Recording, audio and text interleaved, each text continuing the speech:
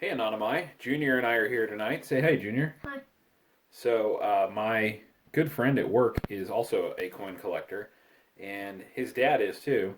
And they've been starting to get into roll collecting, and they've been collecting entire rolls of wheat pennies. And that's what we have here is one of their rolls. And if you look on the bottom, it looks really cool. Yeah, I showed him. There's a little sneak peek. And they're red, and I don't know how red they are. I don't know if we're going to be looking at Gem BU or just mint state reds that, have some issues. But the rims are clean. They're not bright on fire red, but the faces are red. And they're all 1958 Denvers. As you know, if you're a wheat penny collector, that's a pretty common date, but it's worth taking a look. You never know what you might find. So we're going to crack into these things and take a peek. And Junior, just make sure that you do your best to touch the rims. Okay? So here's what we're going to do. Just be patient. Be patient with me. So we're going to do our best to kind of just get them out of here without a Why are you not touching the rims? whole lot of friction. Ooh, that one looks good. Yeah. So just to show you a little peek of what we're dealing with here. That is a beauty, isn't it? 1958 Denver Wheatie. That'll be nice to put in our album. And what we're going to do here is comb through these and maybe pick out the best few. I'll just separate them so they're not touching. So if they touch, they won't get each other all gunky. Okay. Just do your best to touch the rims. I know you are. But I thought I would repeat it. And tell you what we'll do, Anonymai. We'll hit the pause button and kind of go through these and batch them a little bit. And then we'll circle back and show you what we found. So wish us luck.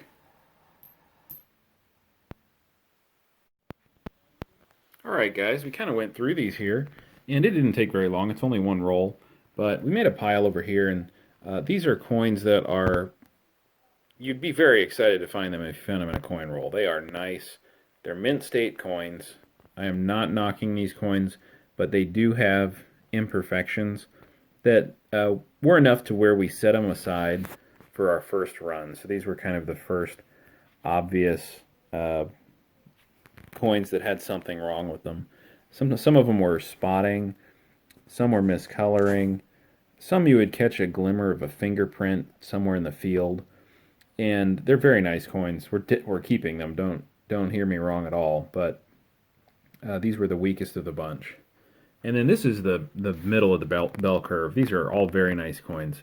They maybe had a little bit of scuffing in the field or a spot in a place that kind of made it not as attractive. But these were nice coins. Let me give you a closer look at some of these. Maybe I can zoom to not throw a shadow as much.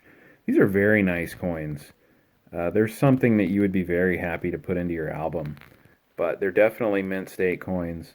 They're beautiful. They have great color. They're not perfect, but they're really nice. I picked one of the better ones here, I think, just by first glance. Some of them have a little bit more obvious issues. For instance, that one's got some miscoloring on the rim. More scuffing or spotting in the field. There's some spotting when you throw a different kind of light on it. It's not severe. It doesn't make the coin any less attractive or cool in a collector sense, but it's enough to where it didn't make our absolute prime cut. See here, you can see a little bit of spotting and scuffing in the field if you throw some different light on it. And these are great coins. We're keeping them. They look great. We're excited about them. But I wanted to take you in to our final four here. This is what we came up with, our best examples. And they had the clearest fields. That's kind of the first thing I tend to look at when I'm looking for a quality coin among many. And the second thing I look for is miscoloring or spotting. And these had the fewest of both of those characteristics. I went through first looking at the obverse, which is also a term known as the front of the coin. And then I would look at the reverse and disqualify anything that may have had a really great obverse, but a really crummy, spotty reverse. And out of these four, this one had one of the nicer obverses. You can see right there, that is a beautiful coin. But unfortunately, even though it was my favorite, flipped it over, had a gunky spot up there on unum in the Latin. You can see it. It's still a beautiful coin. If you told me a day ago that I was going to have a roll like this, I would have been very excited about just that coin by itself. This one right here is nice. It had a little bit more spotting in the field than some of the other ones here in the finalists. It overall didn't have any big issues like the spot on that field. Just lots of really small ones. So it's very attractive, especially to the naked eye. You're all zoomed in here, but when you look at it from this distance, you go, wow, look at that thing. So at first glance, that's a beauty. This one is too. You just look at it and you think to yourself, wow, I can't believe that penny is now 60 years old. You can see that one had some spotting in the reverse. Nothing severe. One kind of ugly one right there in the reverse. Good uniform color. Light field scratching. Most of them have a little bit of bag marking at the very least from when they ran off the conveyor at the mint. And then last but not least, it's subjective. A lot of this coin collecting is, but I think this is maybe the best of the bunch. I'll take a picture of this after the video and let you get a nice up close view. But it was strong in all categories. Field scuffing, coloring, spotting. It was very strong, the best penny of the bunch. The only thing that I noticed about it was that the cheek was beginning to wear a little bit, some friction in the roll. So that might go into an album, or a couple of these might go into different albums that serve different purposes. Maybe put one in a flip or something, but I think this is kind of the gem of the bunch. So thanks for watching, guys. I appreciate it. Hope you enjoyed this.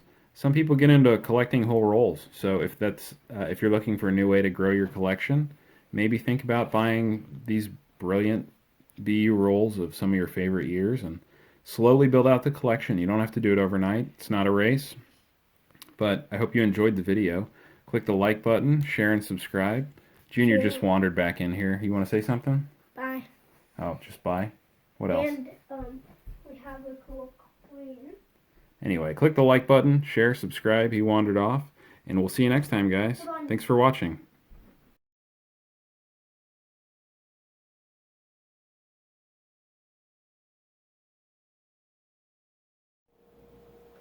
One more quick peek. I just wanted to tell you this is a tip that I got from my friend who we bought these from. And he said, lay these things out all in a line like so. Line up the Liberty, and you will reduce the amount of wear from obverse to reverse and vice versa. So these fit together a little bit better in the tube if you do it this way. So I just thought I'd show it off. Plus, look at that beautiful color as we run down the line. All 50.